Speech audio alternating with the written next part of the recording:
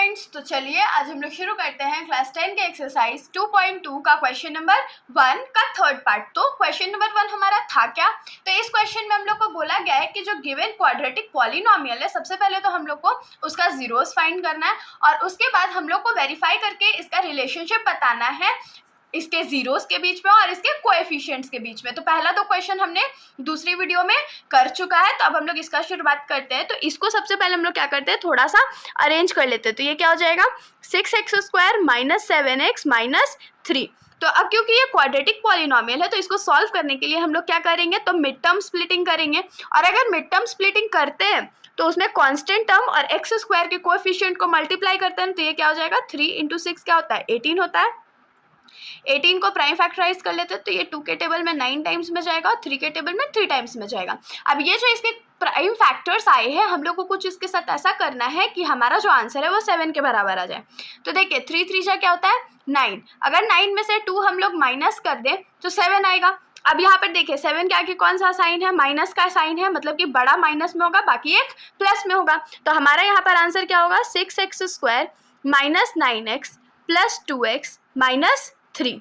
अब पहला दोनों जो है टर्म्स, उसमें हम लोग कुछ कॉमन लेते हैं। तो क्या कॉमन ले सकते हैं, पहला तो 3 कॉमन ले सकते हैं और दूसरा x कॉमन ले सकते हैं। तो हम लोग के पास क्या बचेगा, 3 2 जा 6 होता है, 2x था, एक x हमने बाहर ले लिया तो एक अंदर बच गया, माइनस है तो माइनस, 3 3 जा 9 होता है तो 3 बचेगा और x जो था वो हमने कॉमन ले चुका है। प्लस इन दोनों में कुछ कॉमन है क्या, कुछ भी कॉमन नहीं है, मतलब 1 कॉमन है। तो ये क्या हो जाएगा, 2x - 3। अब देखिए ये दोनों ब्रैकेट सेम है, मतलब हम लोग मिड टर्म स्प्लिटिंग जो है एकदम सही की है। तो ये क्या हो जाएगा, 2x - 3 एक ब्रैकेट में और दूसरे ब्रैकेट में हमारा क्या बचेगा, तो 3x + 1। ये जो है हमारा दो इक्वेशन आ गया। अब हम लोग क्या करेंगे, now let 2x - 3 = 0 and 3x + 1 = 0, तभी तो हमारा x का वैल्यू आएगा। तो यहाँ पर पहले x का वैल्यू निकालते हैं। तो 2x लेफ्ट साइड में रहने देते हैं, राइट साइड में जब -3 ले जाएंगे तो यहाँ पर +3 हो जाएगा और x का वैल्यू यहाँ पर हमारे पास क्या आएगा, 3/2। और यहाँ पर देखिए 3x को हम लोग लेफ्ट साइड रहने देते हैं, 1 को जब राइट साइड लेके जाएंगे तो वो -1 हो जाएगा और x का वैल्यू क्या हो जाएगा, -1/3, क्योंकि हम 3 मल्टीप्लाई में था तो इधर आके डिवाइड हो गया। तो यहाँ पर हमारे पास x का दो वैल्यू है, पहला है 3/2 और फिर है -1/3। अब हम लोग क्या करते हैं, लेट अल्फा, क्योंकि ये दोनों जीरोस है ना, क्वाड्रेटिक पॉलिनोमियल में 2 जीरोस होते हैं। तो अब हम लोग लिखेंगे लेट अल्फा = 3/2 एंड बीटा = -1/3। तो हम लोग अल्फा जो है उसको 3/2 मान लेते हैं और बीटा को 1/3 मान लेते हैं। तो अब हम लोग वेरीफाई करेंगे। तो हम लोग लिखते हैं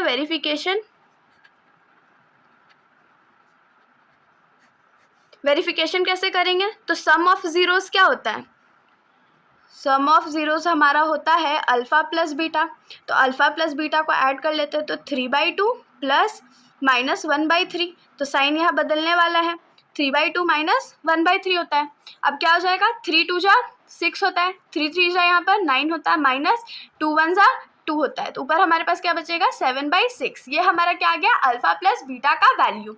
लेकिन हम लोग जानते हैं कोएफिशिएंट के साथ इसका रिलेशन क्या होता है, तो सम ऑफ जीरोस जो है वो कितने के बराबर होता है, तो -b/a के बराबर होता है। तो अब इक्वेशन में वापस आइए। इक्वेशन में a का वैल्यू हमारा क्या है, तो 6 है, b का वैल्यू क्या है, तो -7 है और c का वैल्यू क्या है, तो -3 है। तो अब हम लोग यहाँ पुट करेंगे। तो -b जो है, तो ये माइनस तो हमारा रह जाने वाला है और b का वैल्यू क्या है, तो -7 है, बाई a का वैल्यू क्या है, तो 6 है। तो माइनस माइनस इंटू हो गया तो प्लस बन जाएगा, तो ये 7/6 हो गया। तो देखिए इन दोनों का जो वैल्यू है वो सेम आया ना। अगर वैल्यू सेम आ गया मतलब हमारा जो सम ऑफ जीरोस का रिलेशनशिप है कोएफिशिएंट के साथ वो सेम है। तो यहाँ पर लिखेंगे therefore alpha plus beta = -b/a = 7/6। एक रिलेशन वेरीफाई हो गया। दूसरा रिलेशन क्या होता है, प्रोडक्ट ऑफ जीरोस का। तो हम लोग लिखेंगे प्रोडक्ट ऑफ जीरोस = क्या होता है, तो अल्फा इंटू बीटा, जिसको हम लोग अल्फा बीटा भी बोलते हैं। तो अल्फा इंटू बीटा क्या हो जाएगा, तो 3/2 इंटू -1/3। तो देखिए ये 3 और ये 3 कट हो गया तो क्या बचा, -1/2 बचा है। अब हम लोग प्रोडक्ट ऑफ जीरोस कोएफिशिएंट के साथ क्या रिलेशन जानते हैं इसका, तो प्रोडक्ट ऑफ जीरोस हमारा होता है c/a। तो c का वैल्यू हमारा इक्वेशन में क्या है, तो -3 है। अब बाई ए का वैल्यू क्या है, तो 6 है। तो देखिए ये 1 टाइम्स में, ये 2 टाइम्स में, तो कितने के बराबर आ गया, -1/2 के बराबर आ गया। मतलब कि ये दोनों सेम हो गया ना। तो हम लोग इसमें क्या लिखेंगे last statement, therefore alpha beta is equals to c/a है, जो कि 1/2 है, -1/2, तो हैंस वेरीफाइड। तो इसके साथ हमारा ये जो सोल्यूशन है यहीं पर ख़त्म हो जाता है। अगर आप लोगों को वीडियो अच्छी लगी हो तो वीडियो को लाइक कर दीजिएगा और मेरे चैनल को बिना सब्सक्राइब किए कहीं मत जाइएगा। Thank you.